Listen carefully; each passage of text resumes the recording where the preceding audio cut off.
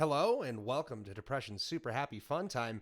I am Depression and you are going to learn how to program drums in Ableton Live 11. Now, everything I've used for this particular track is either free or part of Ableton Standard. Now, you can see I have Suite, which means I have access to some different drum packs and stuff, but I didn't use any of them, right? You don't have to. You just use what works, right? So the basics of this is we're going to go ahead and we're going to listen to this real quick, and then we're going to go ahead and recreate it in a simpler way. We're not going to do as much kick work as I did, but this is what we're doing. You can see what we got highlighted. That's the section we're going to be working on. Let's hear it.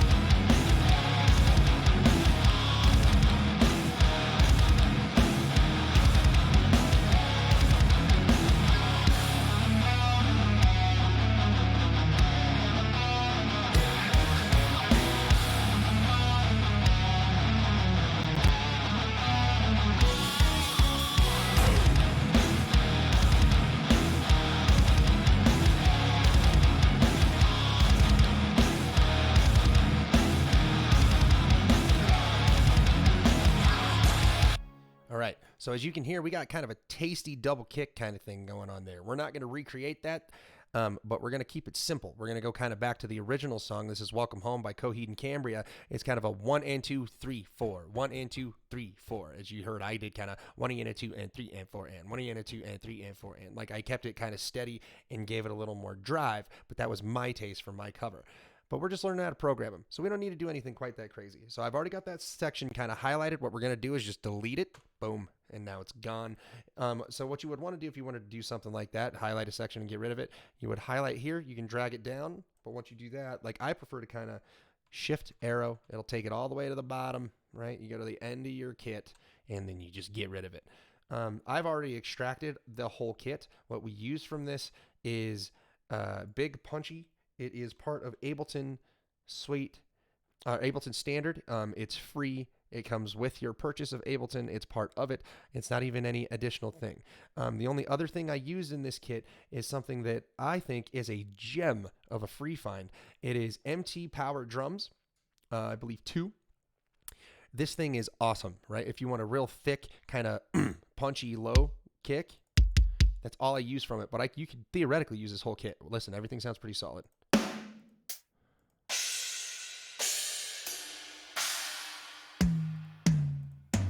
Right? And if you wanted to just have a drummer, it's got grooves and things that you can kind of just plug in and they match to your tempo on the grid. Pretty awesome tool. It's free. You can donate if you want. I paid $20 because it was just awesome and I'm going to use the ever-living piss out of it. So I bought it, but you don't have to, right? You can just download it. You just got to make sure that you go through and turn it on every time. You'll have to put in like a, hey, I want it for free or whatever. It's just a one-step thing. If you want to eliminate that step, all you got to do is give them like $5. You don't have to pay them 20, right? But I did. And that link's going to be in the description. So what we're going to do is we're going to start with that kick plugin. So I start here on that free plugin. We're just going to take a measure. We're going to double click there for the interest of time. I know that that particular MIDI hit is on B0 and C1. I tend to use C1 because it gives me just a little bit of a thing there. We're doing eighth notes in this particular thing. I'm not going to recreate what I did. We're going to keep it simple, right? So we got 1 and 2, 3, 4. That's the kick pattern we're going to use. Highlight that sucker, duplicate it, right? Make sure it's on grid. Duplicate it again. We know on the second section, 1 and 2 and 3 and 4. So we're going to add that in there, right? Don't worry about velocities right now. That's another step. We'll do that in another tutorial. This is just simple. Just get it down, get it there, and then we'll play with things to make it sound better, more real over time. Don't worry about it right now. Does it sound good to you? Does it work, right? Will it work? Will your average music listening friend even know that a machine did this? Probably not, right? So just don't overthink it. Throw it in there, let it ride. And duplicate that section again, right? So that's all we're doing with the kick. Real simple stuff.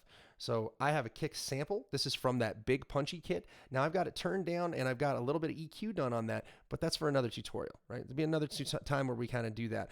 Basics of that, the reason I have that there is to capture that underneath section where it actually catches a little bit of the snare. It's got a little bit of that sound in that sample. That's what I'm after. It complements the original sample. So it doesn't change any of the pattern. We copy here, right? We copy this section. We've already got it. You click on it, hit Control C, you bring it down, you hit Control V, bam. Now we have something in the kick sample, And I use sidechain compression. If you don't have to do this. It's just something that I do. It gives the kick a little more presence, pushes it kind of forward through the mix. It's a nice sound to it, right? So then we're going to go to the snare, right?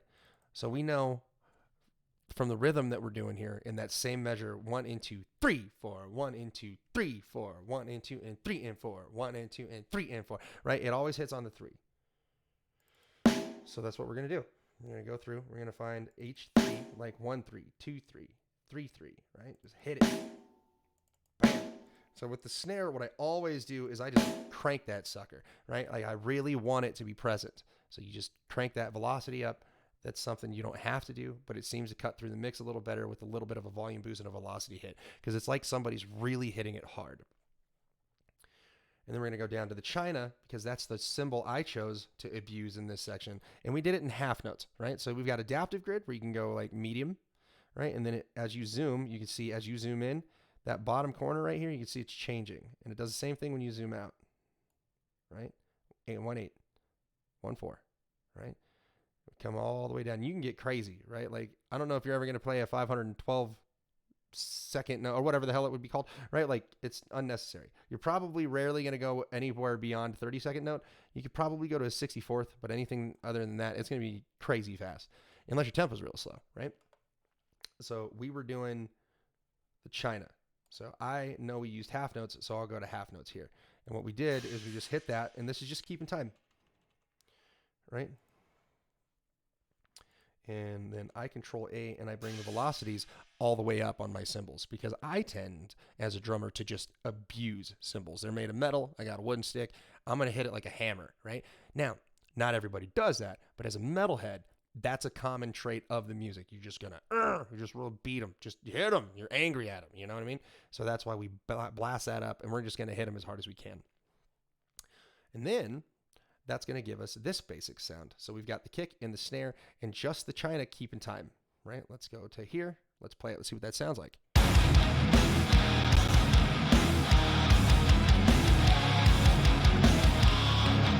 Right? So we heard that that fits, that works. So we're going to click at the top of that. We're going to highlight down to the China, and we're just going to duplicate that. That's the 8 bars. So we did a 4-bar section, because we're already zoomed out to this 4 bars. That's what this 4-1 means right here. You're zoomed out 4 bars. So every time you click a MIDI section, it's going to give you 4 bars to program. And then you're going to go from there, right? So we know that that works. Here's the other thing we know is that section is going to repeat again after another 8-bar section. So when we listened to that, you probably heard it. So we're just going to copy that whole section again, and we're going to paste it right there, right? So here's what that gives us.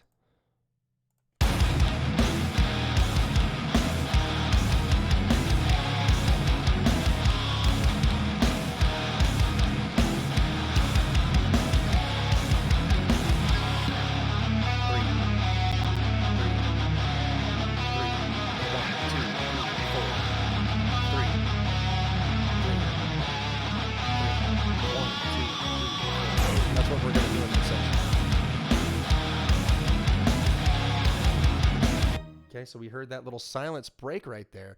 So here's what we're going to do. We're going to see the same basic thing. We're going to start there. Now I hear a pulse on a 3. So we're going to come down to the C1, and we're just going to click the 1 3, the 2 3, right? Like you could just duplicate that. You see how that is kind of highlighting over as I get? Now I know I'm at 2 3 there. I'm going to duplicate that again and just drag it over. Right, we got that. Then we're going to go, we got quarter notes. 1, 2, 3, 4.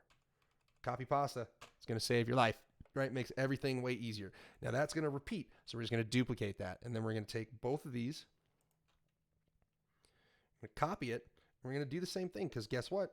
It's the kick samples, right? So we've got those 2 kick samples. This is from the free kit. This is from your other free kit that's inside Ableton that picks up that little bit of the snare. So it gives it more of a realistic sound. That's why that's layered. That's why we've chosen to do that here, right?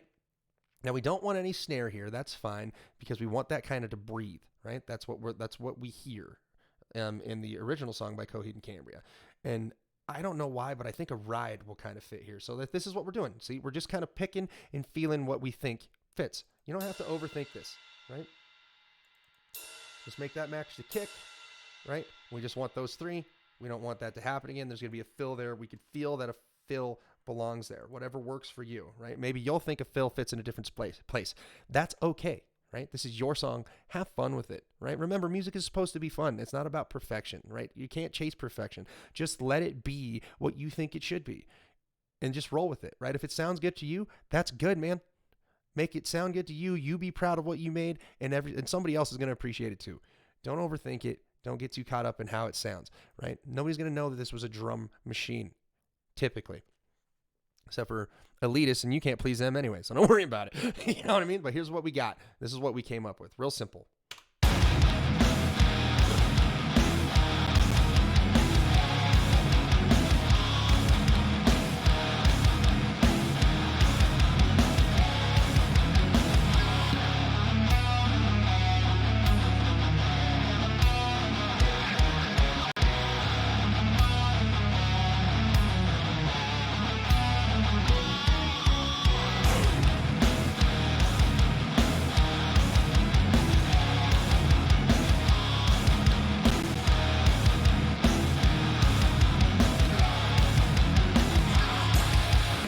And that's pretty much it, man. So you're going to take those building blocks, and then from there, we're going to work on fills. We're going to work on tom fills. We're going to work on cymbal fills. We're going to work on ways to make that kind of little transition hit better, right?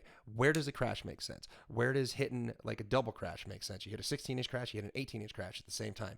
That's the things that you're going to go through after you've made the basics, the meat of your overall groove. And then from there, you get to have a lot of fun, right? There you get to go crazy. There you get to really kind of put your pizzazz on it, your zazz, right? So that's what we're going for. But this is just kind of to break that down, make it simple. Remember, it's a song. It's meant to be fun. You're meant to enjoy this, right? Just make it sound good and make sure you're happy with it. And then other people will be too. Promise. Thank you for stopping in to Depression Super Happy Fun Time. If you like what you saw today, please like, comment, share, subscribe. If there's any tutorials that you want to kind of keep me to go into more depth about what I do and my process, I'm happy to share all that with you. Always available. Let me know in the comments, and we'll keep moving forward.